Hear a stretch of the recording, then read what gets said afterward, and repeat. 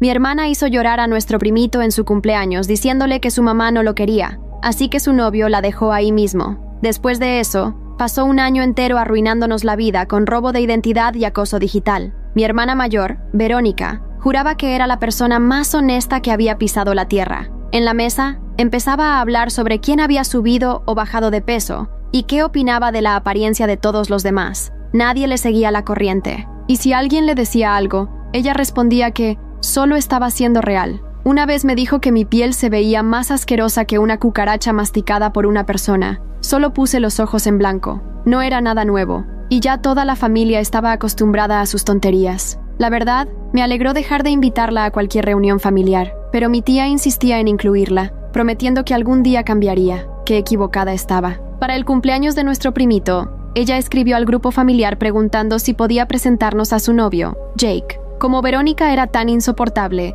asumí que él sería igual. Estuve a punto de decirle que no directamente, pero todos respondieron antes que yo, y como mi familia es tan cálida y abierta, por supuesto que dijeron que sí. ¡Qué frustración! Jake parecía simpático al principio, del tipo que saluda al perro antes que a las personas, que te abre todas las puertas, pero yo no dejé de sospechar ni un segundo. El cumpleañero, Marky, estaba adorable. Llevaba un enterito azul con dibujos de globos. No lloró ni una vez, solo quería abrazos y jugar al cucú. Toda la familia fue, mis tíos, mis tías ruidosas, mis papás divorciados, todos, todo por Marky. La fiesta fue en uno de esos lugares para niños que tienen de todo: arcade, boliche, laser tag, piscina de pelotas, todo. Pero de alguna forma, Verónica logró colar alcohol. Estábamos comiendo una pizza que sabía a cartón cuando me di cuenta de que ya estaba tomada. De hecho, todos los adultos se dieron cuenta, no solo por el olor en su aliento, sino por cómo hablaba como si supiera todo sobre la vida. Jake estaba sentado a su lado, en una sillita naranja, mientras ella hablaba de lo auténtica que era y de por qué nuestra prima estaba perdiendo el tiempo en un colegio comunitario. Literalmente, era el ejemplo perfecto de alguien echándose flores. Casi salté de alegría cuando llegó el pastel, porque significaba que Verónica por fin se iba a callar, jaja, o eso pensé. Todos cantaban el feliz cumpleaños, mientras Marky aplaudía con sus manitas. Mi tía trajo un pastel de dinosaurio súper lindo que compró en el súper. Apenas terminamos de cantar, Verónica se paró para hacer un brindis. Bueno, algo así. «Ay, ¿ni siquiera puedes hacerle un pastel casero? ¿De verdad lo quieres?», dijo arrastrando las palabras y agitando su vaso rojo. «Y esas decoraciones parecen de liquidación de una tienda barata. Si vas a tener hijos, al menos haz el esfuerzo». Todos los padres se quedaron helados. Algunos niños dejaron de masticar su pizza a la mitad. La cara de mi tía se puso roja, pero Verónica siguió. «O sea, solo digo la verdad. Pinterest existe por una razón.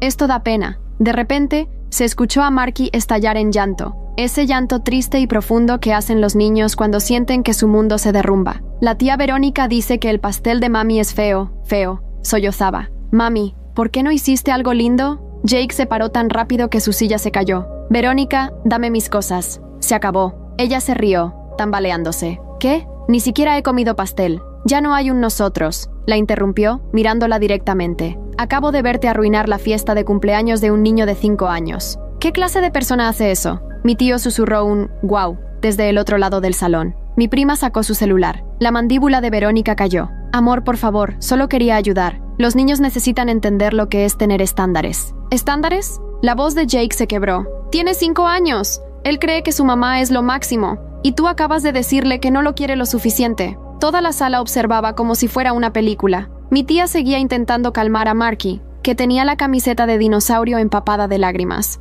«¿De verdad estás terminando conmigo? ¿Aquí? ¿Por esto?». La voz de Verónica se volvió aguda. Jake fue hacia mi tía y le entregó un billete de $500. «Por la fiesta. Perdón por haberla arruinado». Luego miró a Verónica. «Búscate cómo volver a casa. Y borra mi número». Y se fue hacia la salida. Verónica se quedó congelada por unos 3 segundos, hasta que le cayó el 20. Agarró su bolso y corrió tras él, con los tacones resonando en el piso del arcade, gritando algo sobre que estaba exagerando. Papá murmuró: «Bien por él». Marky por fin dejó de llorar lo suficiente como para preguntar: «¿Ya se fue la señora mala?». Sí, se había ido, y no volvimos a verla. Al menos no hasta una semana después, porque fue entonces cuando tocaron la puerta de la casa de mi tía. No era Verónica, era el DIF. Alguien había hecho una denuncia anónima diciendo que se había servido alcohol a menores en una fiesta infantil, y acusando a mi tía de ser una madre negligente. La trabajadora social, Llegó a las 8 de la mañana, un martes. Mi tía me llamó llorando. Apenas podía hablar. Me dijo que una mujer con traje gris estaba haciéndole 1000 preguntas sobre la fiesta.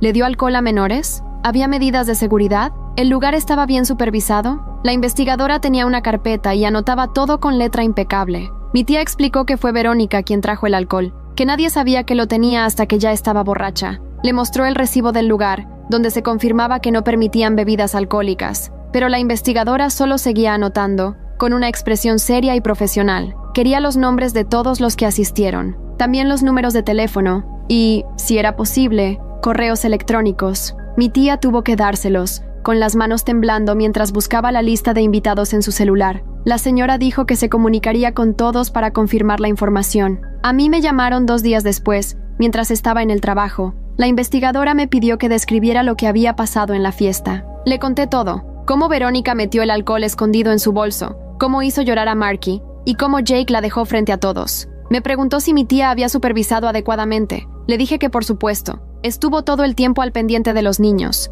asegurándose de que estuvieran seguros y se divirtieran. Me preguntó si había algo más preocupante. Le respondí que no, que mi tía era una mamá excelente. Me dio las gracias y colgó. Pero ahí no terminó la cosa, ni cerca. Mi tía tuvo que pasar por 3 visitas más en casa. Revisaron su refrigerador para ver si guardaba alcohol al alcance de Marky. Entraron al cuarto del niño, buscando cualquier peligro. Lo entrevistaron sin su mamá presente, lo cual la dejó aterrada. Marky no dejaba de preguntar si estaba en problemas por haber llorado en su cumpleaños. Eso le partía el corazón a mi tía. Me contó que empezó a tener pesadillas con la señora mala volviendo. Incluso tuvo que tomar clases de crianza, todos los sábados durante 6 semanas, conduciendo 45 minutos de ida y vuelta. Si faltaba alguna, corría el riesgo de perder la custodia de Marky, y tuvo que pagarlas de su bolsillo. $50 por clase, más gasolina, todo por culpa de esa denuncia anónima. Sabíamos perfectamente que había sido Verónica. ¿Quién más conocería tantos detalles específicos de la fiesta? ¿Quién más sería tan rencorosa y mala onda? Pero no podíamos probarlo.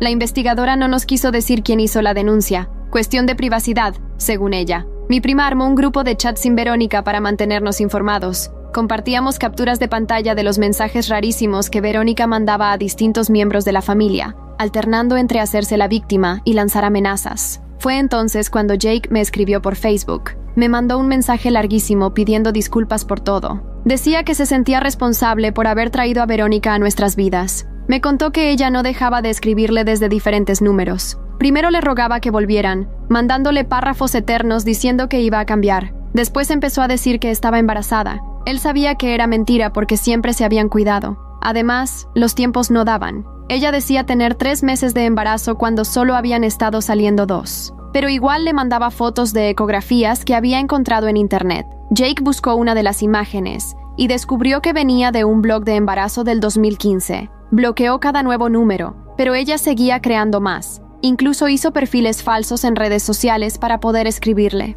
Estaba considerando cambiar de número definitivamente e incluso pedir una orden de alejamiento. Le agradecí por disculparse y le dije que no era su culpa. Parecía un buen tipo que se había metido con la persona equivocada. Todos cometemos errores así. Me preguntó si podía ayudar con lo de los servicios sociales. Tal vez escribir una declaración contando lo que realmente pasó. Le dije que si necesitábamos algo, se lo haríamos saber. Fue ahí cuando las cosas se pusieron verdaderamente raras. Mi prima Emma empezó a recibir mensajes extraños en Instagram, desde su propia cuenta, pero no los estaba enviando ella. Alguien había creado un perfil falso usando sus fotos y les mandaba mensajes a todos sus amigos diciendo cosas horribles sobre otros miembros de la familia. Esa Emma falsa decía que nuestra abuela estaba senil y no debía manejar dinero, que mi tío Gary le era infiel a su esposa, que otro primo estaba reprobando en la universidad por andar metido con cosas indebidas. Emma pasó horas intentando que Instagram eliminara la cuenta falsa. La reportó como 20 veces. Nada pasó.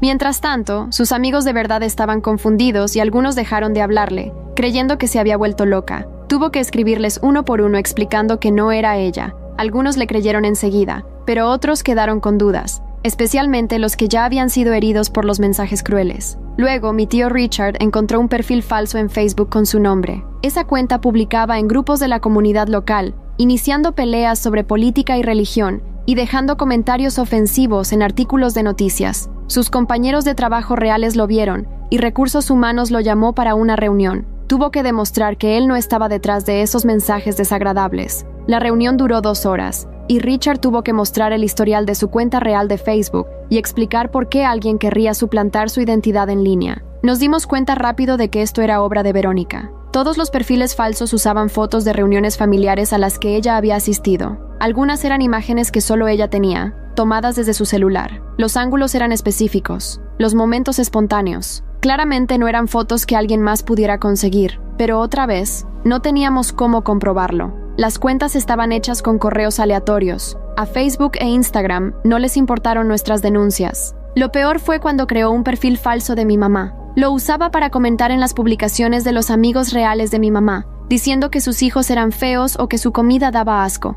Mi mamá perdió 3 amistades antes de darse cuenta de lo que estaba pasando. Una señora la bloqueó en todos lados y ni quiso escucharla cuando intentó explicarle en el supermercado. Mi mamá volvió llorando de esa salida. El helado que había comprado se derritió porque se quedó llorando 20 minutos dentro del auto en el estacionamiento. Mi papá empezó a documentarlo todo. Hizo una hoja de cálculo con fechas, horarios y capturas de pantalla. Compró una impresora solo para eso, diciendo que necesitábamos copias físicas de cada cosa, que tal vez nos haría falta en el futuro si tomaba un rumbo legal. Pero los abogados son caros, y nadie quería gastar miles de dólares por este drama familiar. Entonces Verónica apareció en la guardería de Marky. Mi tía recibió la llamada estando en el trabajo. La directora de la guardería dijo que una mujer que afirmaba ser la tía del niño intentó recogerlo. Tenía su nombre completo, fecha de nacimiento, e incluso sabía de su mochila de dinosaurios y su alergia al maní. Pero el personal la reconoció por la descripción que mi tía les había dado después del incidente del cumpleaños. Mantuvieron a Marky dentro y le dijeron a Verónica que no estaba autorizada para llevárselo.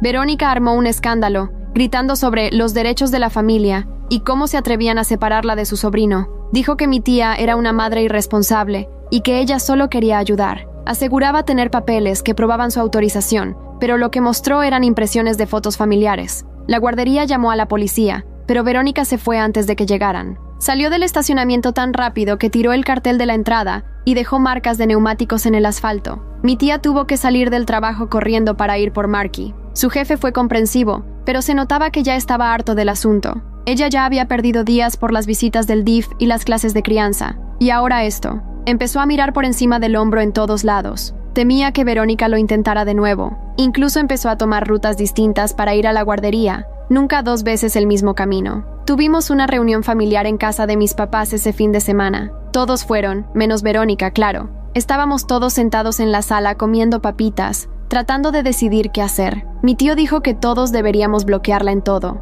Mi prima dijo que deberíamos contraatacar, crear perfiles falsos de ella. Mi papá dijo que lo mejor era mantener la calma y seguir documentando todo. La discusión dio vueltas durante horas, y todos estaban cada vez más frustrados a medida que pasaba el tiempo. Mi tía se veía agotada, tenía ojeras profundas y no soltaba el celular, como si Verónica fuera a salir de ahí en cualquier momento. Dijo que su ascenso en el trabajo ahora estaba en peligro. Su jefe había recibido correos anónimos diciendo que era alcohólica y que ponía en riesgo a los niños. Los correos incluían versiones retorcidas de lo que pasó en la fiesta de cumpleaños, haciéndola ver como si ella hubiera llevado el alcohol y fomentado el consumo entre menores. Tuvo que sentarse en otra reunión con recursos humanos, mostrarles el informe del DIF que la exoneraba y explicar toda la situación familiar. Le respondieron que entendían, pero que igual debían investigar cualquier queja. El ascenso quedó en pausa, sin fecha. Llevaba 8 años trabajando ahí, con un historial impecable, y ahora esto. La injusticia del asunto le quebró la voz cuando nos lo contó.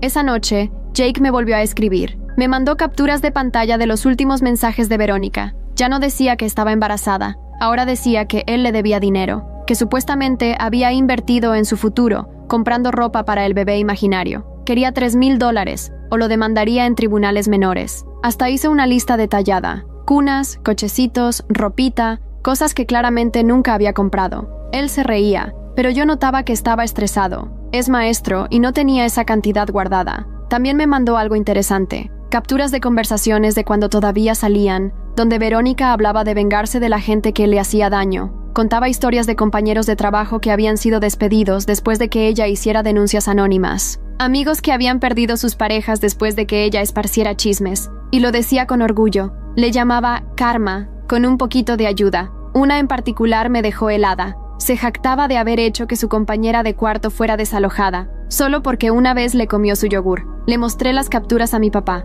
Las agregó a su carpeta de documentación, que ya estaba bien gruesa. Le puso separadores y pestañas de colores para clasificar todo por fecha y tipo de incidente. Dijo que si algún día necesitábamos tomar acciones legales, podríamos mostrar un patrón de comportamiento. Pero igual, nadie quería llegar a ese punto. Parecía demasiado extremo para un drama familiar. Entonces me rajaron las llantas del auto. Salí de mi apartamento un lunes por la mañana y los 4 neumáticos estaban desinflados. Pero no solo eso, estaban cortados. Tenían cortes limpios en los costados. Un vecino me dijo que la noche anterior había visto a una mujer con capucha rondando mi coche, pero no le dio importancia, que estuvo ahí como 10 minutos, caminando alrededor como si lo estuviera admirando. Y casualmente, la cámara de seguridad del estacionamiento dejó de funcionar esa noche. Tuve que faltar al trabajo y pagar una grúa. 4 llantas nuevas me salieron casi $600. El técnico me dijo que quien lo hizo sabía perfectamente lo que hacía. Los cortes estaban en el lugar exacto para que no se pudieran reparar. Me comentó que había visto eso antes, en conflictos personales, y eso me hizo sentir peor. Hice un reporte en la policía, pero sin pruebas no podían hacer nada. El oficial parecía aburrido, como si fuera otro lío de familia que no quería atender. Me dio un número de caso y me dijo que llamara si pasaba algo más. Ni siquiera tomó huellas ni nada como en las series. Y sí, pasó otra cosa esa misma semana. A mi primo Brian lo llamó su arrendador. Alguien lo había denunciado por tener demasiadas personas viviendo en su departamento. Decían que estaba subarrendando, rompiendo el contrato. Brian vivía solo, con su gato. El arrendador tuvo que ir a inspeccionar, lo que obligó a Brian a faltar al trabajo. Le llevó 3 horas. Revisaron los armarios buscando señales de otros inquilinos. Otra denuncia anónima que, claramente, no era tan anónima. Los perfiles falsos en redes sociales seguían apareciendo, más rápido de lo que podíamos denunciarlos. Empezaron a contactar parientes lejanos, gente que ni sabía del problema con Verónica. Una tía abuela en Florida llamó confundida, preguntando por qué mi mamá le pedía dinero. El perfil falso usaba fotos recientes y hasta mencionaba detalles del nuevo condominio que solo un familiar podría conocer. Tuvimos que explicarle todo a parientes que apenas sabían usar internet. El cumpleaños número 80 de la abuela se acercaba. Faltaban solo 3 semanas. Llevábamos meses organizándolo. Alquilamos el salón de una iglesia, contratamos DJ, servicio de comida para 75 personas, invitamos familiares de 3 estados distintos. Iba a ser una gran celebración de su vida. Hasta encargamos un video con fotos familiares y sus canciones favoritas. Entonces llegaron flores a casa de la abuela. 2 docenas de rosas rojas con una tarjeta que decía: "No puedo esperar para celebrar contigo. Con cariño, Verónica". La abuela llamó a mi mamá llorando. No quería escándalos en su fiesta. Solo quería ver a su familia y comer pastel en paz. Pero ahora tenía miedo de que Verónica apareciera y lo arruinara todo, como hizo con la fiesta de Marky. Las flores quedaron sobre la mesa de la cocina como una amenaza. Hermosas, pero inquietantes. Intentamos tranquilizarla. Le dijimos que nos encargaríamos. Pero, ¿cómo evitas que alguien se presente a un evento público? No podíamos contratar seguridad para el cumpleaños de la abuela. Eso sería una locura. Un tío sugirió poner a alguien vigilando la puerta, pero eso también sonaba raro. Estábamos atrapados entre proteger el día especial de la abuela y no convertir la fiesta en una fortaleza. Empecé a notar que desaparecían cosas de mi departamento. Al principio, cosas pequeñas. Un cargador de celular, una taza de café, cosas que pensé que había perdido. Pero después desapareció el cargador de mi laptop, mi suéter favorito, hasta la mitad de mis cucharas, quién sabe cómo. Era extraño e inquietante. Buscaba cosas sabiendo que deberían estar ahí, pero no estaban. Se lo mencioné a mi mamá y me dijo que en su casa pasaba lo mismo. Desaparecieron los lentes de lectura de papá, el estuche del celular de mamá, cosas aleatorias que no tenía sentido robar. Empezamos a pensar que todos estábamos perdiendo la cabeza por el estrés. Pero el patrón era demasiado consistente entre diferentes casas como para ser coincidencia. Entonces mi prima notó que faltaba la llave de repuesto que siempre guardaba debajo del tapete. La buscó por todos lados y nada. Cambió las cerraduras de inmediato, gastando dinero que realmente no tenía. El cerrajero dijo que parecía que alguien había estado usando esa llave con frecuencia. La cerradura mostraba señales de desgaste inusual. Le recomendó cambiarla por una más segura, lo que costó aún más. Ahí fue cuando decidí instalar una cámara en mi departamento. Nada caro, solo una básica que compré en línea y se conectaba al celular. La ubiqué con cuidado para que captara la puerta principal y la cocina sin puntos ciegos. Pensé que quizás me grabaría sonámbula o algo así. Quería demostrarme que estaba paranoica, pero no lo estaba. 3 días después de instalarla, recibí una alerta de movimiento mientras estaba en el trabajo. Abrí la app esperando ver a mi gato, pero vi a Verónica. Estaba en mi departamento, revisando los cajones de la cocina como si fuera su casa. Se guardó unos cuantos tenedores y pasó al living. Me quedé helada al verla tomar una foto familiar y meterla en su bolso. Hasta se sirvió una soda de mi refrigerador antes de irse. Llamé a la policía de inmediato y salí corriendo a casa. Cuando llegué, ya se había ido, pero yo tenía el video, clarito como el agua. Verónica entrando ilegalmente a mi departamento. El oficial que vino esta vez se lo tomó más en serio. Dijo que era allanamiento y hurto. Me preguntó si quería presentar cargos. Dije que sí, sin dudar. Y aquí viene lo peor. Cuando fueron a interrogar a Verónica, ella tenía una coartada. Dijo que estaba en una entrevista de trabajo justo a la hora del allanamiento y mostró papeles para probarlo. El oficial dijo que el video ayudaba, pero que sin más pruebas sería difícil llevarla a juicio. Que tal vez la persona del video solo se parecía a ella, que la calidad no era perfecta, aunque yo sabía perfectamente que era ella. La reconocía por su forma de caminar, el bolso que llevaba y la manera en que revisaba mis cosas con ese método meticuloso tan suyo, pero aparentemente eso no bastaba. El caso no avanzó. El policía me sugirió cambiar las cerraduras y tal vez conseguir mejores cámaras. Gracias por el consejo, amigo. Tuvimos otra reunión familiar, esta vez en casa de mi tía. Había instalado 3 cerrojos nuevos después del incidente en la guardería. La casa parecía una fortaleza. Empezamos a comparar notas, todo lo que había estado pasando, las cuentas falsas, los objetos que desaparecían, las denuncias a nuestros trabajos. Papá trajo su carpeta de documentos, que ahora era un archivador completo, con una copia de respaldo guardada en una caja de seguridad del banco. Y ahí fue cuando notamos el patrón. Verónica sabía exactamente cuándo no estábamos en casa. Fue a mi departamento mientras yo estaba en el trabajo, a casa de mis papás durante su salida semanal al súper, a lo de mi prima cuando ella estaba en su clase de yoga. Nos estaba rastreando de alguna manera. La precisión era inquietante, nunca fallaba. Mi prima, que sabe de tecnología, lo descubrió. Resulta que todos usábamos un calendario compartido de Google desde que planeábamos eventos familiares. Verónica todavía tenía acceso. Podía ver cada cita, cada horario de trabajo, cada fin de semana fuera de la ciudad. Llevábamos meses dándole nuestra rutina en bandeja sin darnos cuenta. Incluso el calendario mostraba ubicaciones, lo que le facilitaba todo. De inmediato le quitamos el acceso y cambiamos las contraseñas,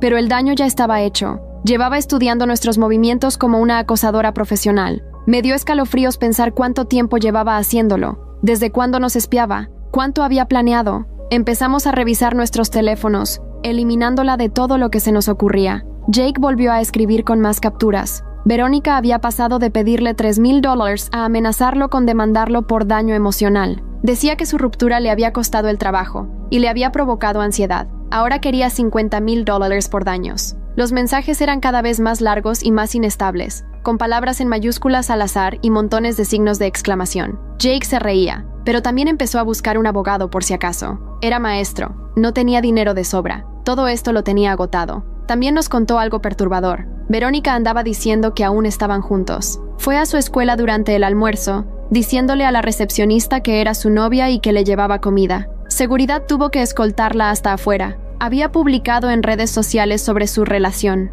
Lo etiquetaba en fotos de pareja tomadas meses antes, como si fueran recientes. Algunos de sus compañeros empezaron a preguntarle si estaba bien, notando todo el drama que lo rodeaba. La semana antes del cumpleaños de la abuela, las cosas se pusieron peor. La guardería de mi tía dijo que llevaban una semana recibiendo llamadas anónimas. Alguien llamaba y respiraba en silencio antes de colgar. Mejoraron los protocolos de seguridad y pusieron la foto de Verónica en la entrada, pero aún así estaba afectando su negocio. Algunos padres se empezaron a preocupar por la seguridad. Una familia ya había cambiado de guardería por eso. Al trabajo de mi mamá llegó un paquete con su nombre. Dentro había capturas impresas de publicaciones falsas de redes sociales. Estaban hechas para parecer que mi mamá escribía cosas horribles sobre sus compañeros. Había una nota anónima diciendo que su jefe debía saber qué clase de persona era en realidad. Mamá tuvo que tener otra reunión con recursos humanos para explicar. Le creyeron, pero el estrés la estaba afectando. Empezó a tener problemas para dormir, despertándose a las 3 de la mañana con ansiedad.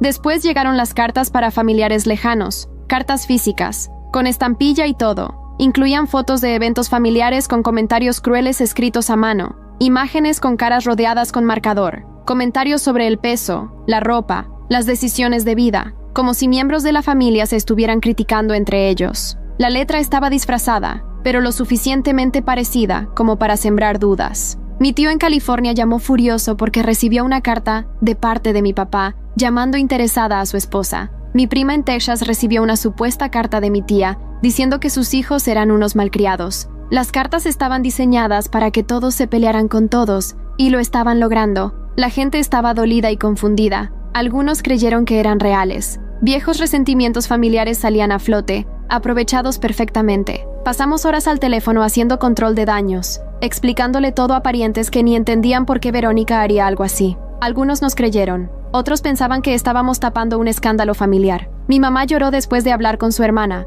que la acusó de ser siempre tan crítica. La carta falsa había tocado inseguridades viejas de su infancia. Tuvieron que hacer 3 llamadas más para convencerla de que todo era culpa de Verónica. Yo empecé a revisar el buzón con nervios todos los días. Seguro mis vecinos pensaban que estaba loca, por cómo espiaba por la ventana cada vez que llegaba el camión del correo. Le puse candado al buzón, algo que ni sabía que se podía hacer. El de la ferretería me dijo que últimamente mucha gente lo hacía por los robos de identidad. Me mostró 3 modelos y elegí el más seguro. La carpeta de documentación ya no era solo una, eran 2, luego 3. Papá pasaba sus noches organizando todo por orden cronológico. Creó un índice y cruzó incidentes por tipo. Dijo que si algún día teníamos que probar un patrón de acoso, estaríamos listos. Pero, siendo sinceros, todo se sentía inútil. ¿Qué podíamos hacer realmente? No estaba amenazándonos físicamente, solo destruyendo nuestras vidas poco a poco. Un reporte anónimo a la vez. Mi situación en el trabajo también se complicó. Recursos Humanos me llamó a una reunión. Habían recibido un correo diciendo que yo estaba acosando a una compañera. El correo incluía capturas de supuestos mensajes míos diciendo cosas inapropiadas.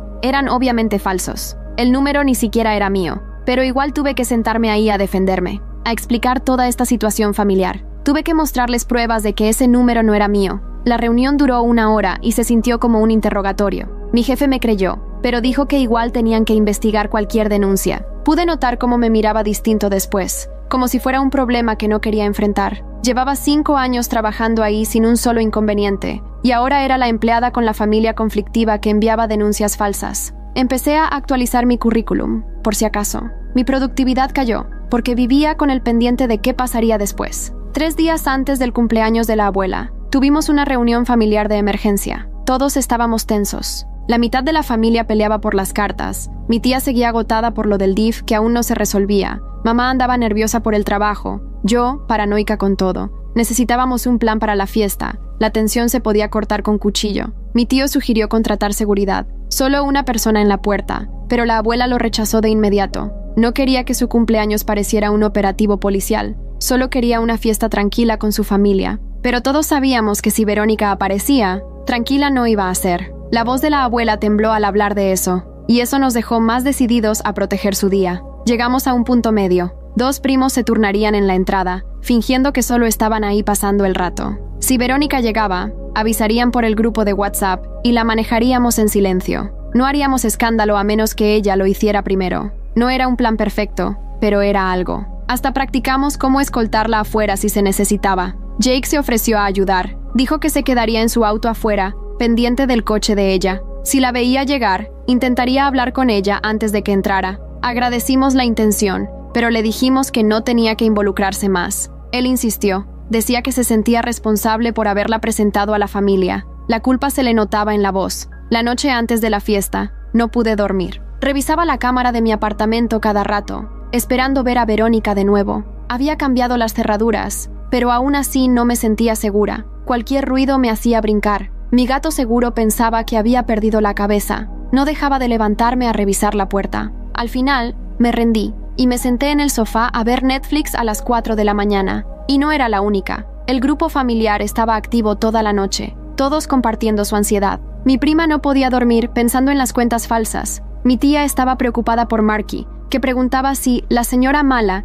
iría al cumpleaños de la abuela. Mamá había horneado 3 docenas de galletas a las 2 a.m. de los nervios. Estábamos todos al borde. En la mañana de la fiesta, me desperté con mensajes de Jake. Había estado recibiendo llamadas toda la noche desde diferentes números. Verónica llorando, rogando, amenazando y luego llorando otra vez. Había bloqueado 15 números nuevos desde la medianoche. Aún así planeaba venir para ayudar. Dijo que se compró una camisa nueva para la ocasión, que quería verse bien por la abuela, aunque solo fuera a quedarse en el auto. Parecía determinado a enmendar todo como fuera. Llegamos temprano al salón de la iglesia para decorar. Todo se veía perfecto. globos dorados y blancos, fotos de la abuela a través de los años, flores frescas en cada mesa. La comida olía delicioso. El DJ preparaba música de la época de la abuela. Todo estaba listo para una fiesta inolvidable. Habíamos puesto tanto amor para hacerla sentir especial, y entonces encontramos el regalo. Estaba sobre la mesa de obsequios, envuelto en papel plateado con un enorme moño rojo.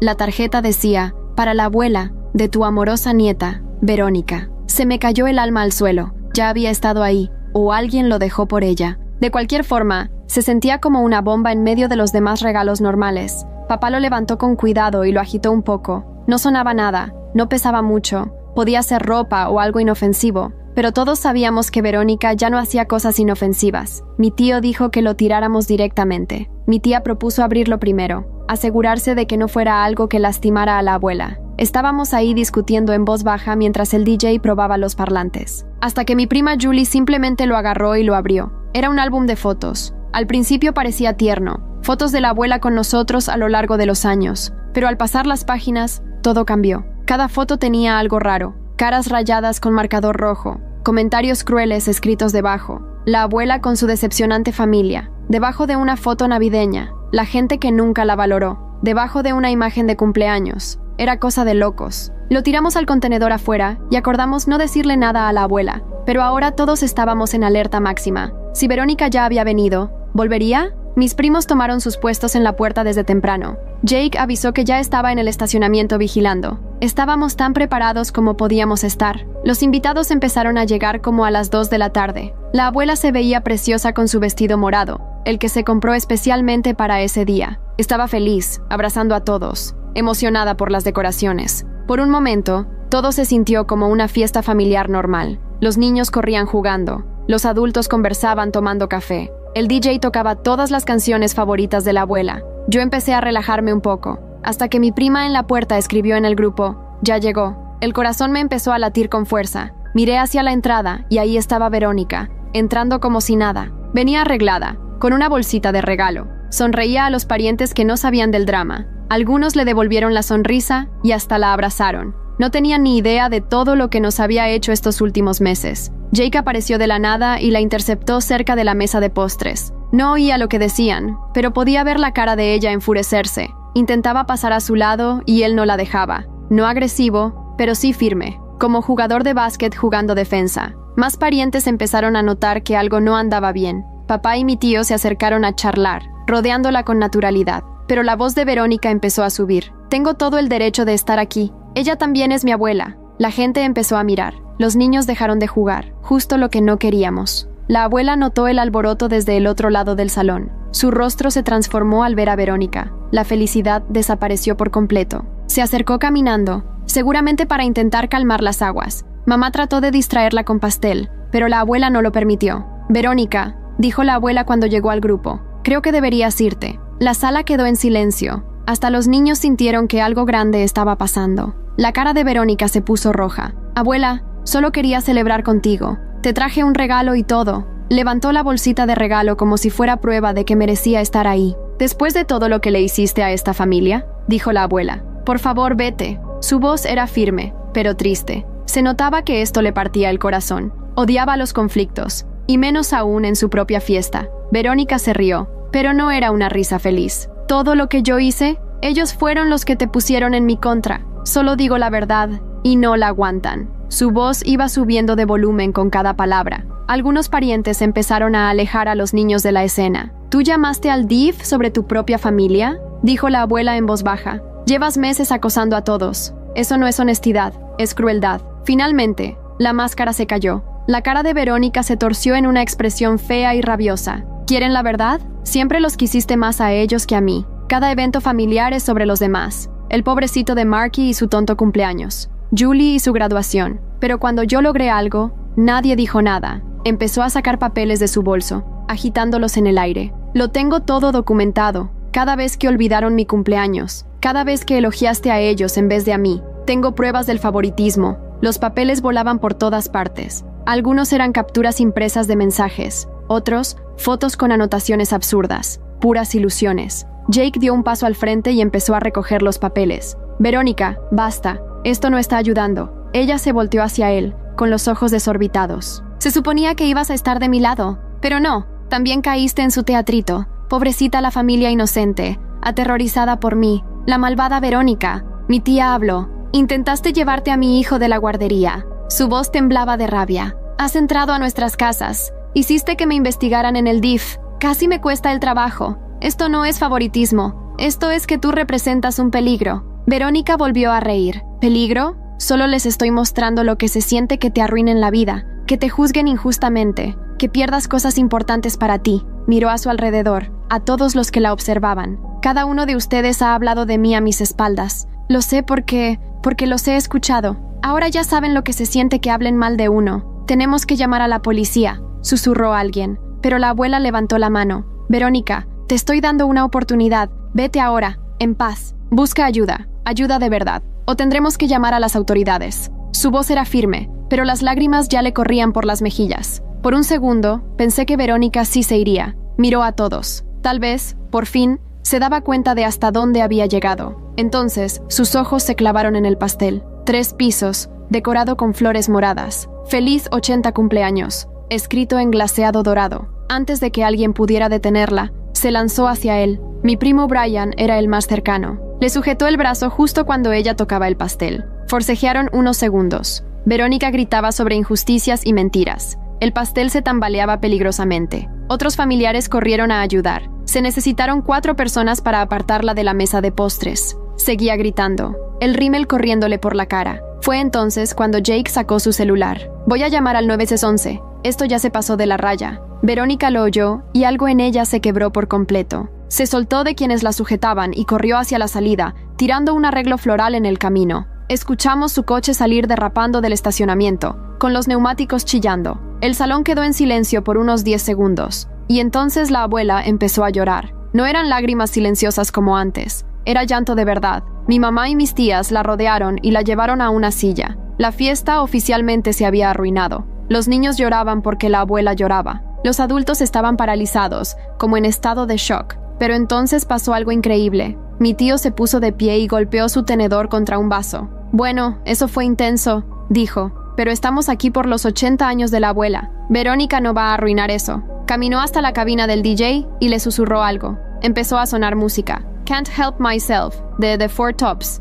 la canción favorita de la abuela. Mi papá se unió. Vamos, ma, baila conmigo. Le tendió la mano. Ella negó con la cabeza al principio, aún llorando, pero él insistió, haciendo un paso tonto que la hizo reír entre lágrimas. Finalmente, le tomó la mano y se dejó llevar a la pista. Uno por uno, los demás empezaron a unirse. Los niños volvieron a correr y jugar. Alguien acomodó las flores que se habían caído. Mi tía cortó el pastel, que milagrosamente había sobrevivido al ataque. En 20 minutos, casi parecía una fiesta normal otra vez, casi. Jake me encontró junto a la mesa del ponche. Lo siento tanto, me siento culpable, me dijo. Le dije que dejara de disculparse. Nadie lo culpaba. Contó que había estado grabando el colapso de Verónica con su celular, por si lo necesitábamos como evidencia legal. Buena idea. También dijo que el lunes iba a presentar una solicitud de orden de restricción. La fiesta terminó como a las 6 p.m. La abuela abrazó a todos más fuerte de lo normal, agradeciendo que se quedaran a pesar del drama. Se la veía bien, pero agotada. Ese cansancio emocional que va más allá de lo físico. Empacamos sus regalos y el pastel que sobró. Nadie mencionó el escándalo con Verónica, pero flotaba en el aire como humo. Mientras limpiábamos, mi prima encontró algo extraño. Un pequeño dispositivo pegado debajo de una de las mesas. Parecía una grabadora diminuta, o tal vez un rastreador GPS. No teníamos idea de cuánto tiempo había estado ahí, pero explicaba cómo Verónica siempre sabía exactamente dónde estábamos. Incluso después de quitarle acceso al calendario compartido. Había estado usando equipo de espionaje real para complementar su vigilancia digital. Se lo dimos a Jake para incluirlo con su evidencia para la orden de restricción. Esa noche, el grupo familiar volvió a estar activo, pero esta vez no por ansiedad. La gente compartía recuerdos lindos de la fiesta, fotos de la abuela bailando, videos de los niños jugando. Estábamos tratando de enfocarnos en lo bueno. Mamá sugirió que todos le escribiéramos a la abuela cartas, diciéndole lo que significaba para nosotros, para compensar el mal rato. Todos estuvieron de acuerdo de inmediato. El lunes por la mañana llegó la noticia. Verónica había sido arrestada, no por lo de la fiesta, sino por otra cosa. ¿Recuerdan esas cuentas falsas en redes sociales? Resulta que usó una para amenazar a un político local que la había bloqueado en Twitter. El FBI se toma esas cosas en serio. Llevaban semanas investigando y por fin tenían pruebas suficientes. El colapso en la fiesta fue solo mala sincronía para ella. Jake nos mandó el artículo de noticias. Verónica enfrentaba cargos federales por acoso en línea y amenazas. La investigación había destapado docenas de cuentas falsas, no solo las que usó contra nosotros. Llevaba años haciendo esto con ex compañeros de trabajo, ex compañeros de clase, incluso con desconocidos que la habían molestado en internet. Nosotros solo éramos sus blancos más grandes. El FBI encontró evidencia en su computadora de años de ese comportamiento. El caso del DIF contra mi tía se cerró de inmediato cuando se supo del arresto. La investigadora incluso se disculpó, diciendo que tenían que seguir todos los reportes, pero que ahora entendía que había sido algo malintencionado. Marky por fin pudo dejar de preocuparse por la señora mala. Le preguntó a mi tía si ella iría a la cárcel, y mi tía le dijo que sí, probablemente por bastante tiempo. En las semanas siguientes, la vida fue volviendo poco a poco a la normalidad. Ya no llegaban quejas al trabajo de mi mamá. Las cuentas falsas en redes quedaron inactivas. Podíamos revisar el buzón sin ansiedad. Yo incluso dejé de revisar la cámara del departamento cada rato. Fue raro lo silencioso que todo se volvió después de meses de caos. Jake empezó a salir con mi amiga del trabajo, Emma. Se conocieron cuando él fue a recogerme para ir a almorzar un día. A ella le pareció guapo y pensé, ¿por qué no presentarlos? Hicieron clic al instante. No se parecía en nada a lo que imaginamos cuando supimos que Verónica tenía novio. Resultó ser solo un buen tipo que se metió con la persona equivocada. Supimos más sobre el arresto de Verónica por el fiscal. La cosa iba en serio. El FBI había encontrado cientos de víctimas en varios estados. Llevaba años con esta campaña de acoso, mucho antes de enfocarse en nosotros. De hecho, tuvimos suerte. Algunas personas perdieron trabajos, relaciones e incluso la custodia de sus hijos por sus denuncias falsas. El fiscal dijo que nuestra documentación sería útil para el caso. La abuela decidió escribirle una carta a Verónica. Tratamos de convencerla de que no lo hiciera, pero insistió. Dijo que Verónica seguía siendo familia. A pesar de todo, la carta fue corta. Solo decía que la quería y esperaba que recibiera ayuda en prisión, que tal vez esto fuera su fondo más bajo y que desde ahí pudiera empezar de nuevo. Clásica abuela, siempre viendo lo mejor en la gente. Verónica nunca respondió. Supimos por su abogada de oficio que iba a aceptar un acuerdo. 5 a 7 años en prisión federal. También tendría que pagar compensación a sus víctimas. El abogado preguntó si queríamos hacer declaraciones de impacto. Algunos lo hicimos, otros no. Yo escribí sobre el miedo de no sentirme segura en mi propio hogar. Mi tía escribió sobre cómo eso afectó a Marky. La sentencia fue un martes. Solo Jake fue al juzgado. Dijo que Verónica se veía distinta, más pequeña, de alguna manera. No hizo contacto visual con él. Cuando el juez leyó la sentencia, solo asintió. Sin escenas, sin decir que la habían malinterpretado. Solo aceptó. Jake dijo que en realidad fue triste de ver. Tuvimos otra fiesta familiar en Acción de Gracias. Nadie mencionó a Verónica, pero su ausencia se sentía. La abuela había puesto un plato para ella por costumbre, pero lo quitó en silencio antes de la cena. Marky volvió a ser el mismo niño alegre de siempre, jugando con sus primos y comiendo mucho pie. Mi tía finalmente recibió el ascenso. Los problemas de mamá en el trabajo quedaron en el pasado. Incluso los parientes que recibieron las cartas horribles estaban presentes. Todos los lazos se habían restaurado. Jake y Emma fueron juntos, ya como pareja oficial. Encajaba perfecto. Ayudaba en la cocina, jugaba juegos de mesa con los niños. Alguien bromeó diciendo que él era lo mejor que había salido de todo lo de Verónica. Él se rió y dijo que solo estaba feliz de formar parte de una familia normal ahora. Y todos entendimos exactamente a qué se refería. Todavía tengo la cámara en el apartamento,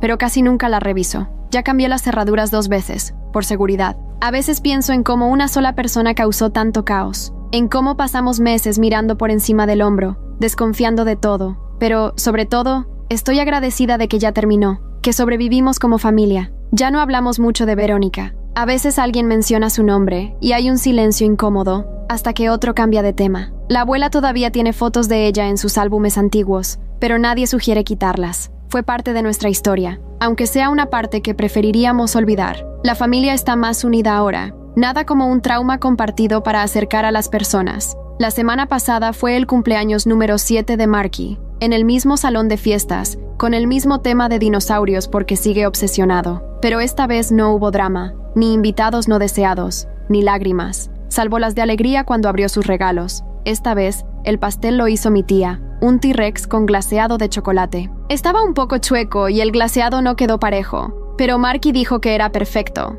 Y lo fue. Eso es todo lo que hay que contar. Verónica está cumpliendo su condena. Nosotros seguimos con nuestras vidas. La orden de restricción sigue activa, pero desde la prisión no la necesitamos. Jake y Emma están pensando en mudarse juntos. La abuela ya cumplió 81 y estamos planeando su próxima fiesta. La vida es buena, hasta aburrida. Y después de todo lo que pasamos, aburrida es exactamente lo que queríamos. A veces me pregunto si Verónica piensa en nosotros allá adentro, si se arrepiente de todo o si todavía cree que tenía razón. Pero luego me doy cuenta de que no importa. Ella tomó sus decisiones y enfrentó las consecuencias. Nosotros protegimos a nuestra familia y salimos más fuertes. Eso es lo que realmente importa. Eso, y asegurarnos de que Marky nunca vuelva a tener un cumpleaños arruinado por alguien que dice que solo dice la verdad. La última actualización del fiscal decía que Verónica estaba recibiendo terapia en prisión. Tal vez cambie de verdad, tal vez salga siendo otra persona, o tal vez no. De cualquier forma, ya no es nuestro problema. Tenemos cumpleaños que celebrar y recuerdos que crear. De los buenos esta vez, del tipo donde todos se van felices y nadie llama al DIF. Eso es todo lo que cualquier familia realmente quiere, ¿no?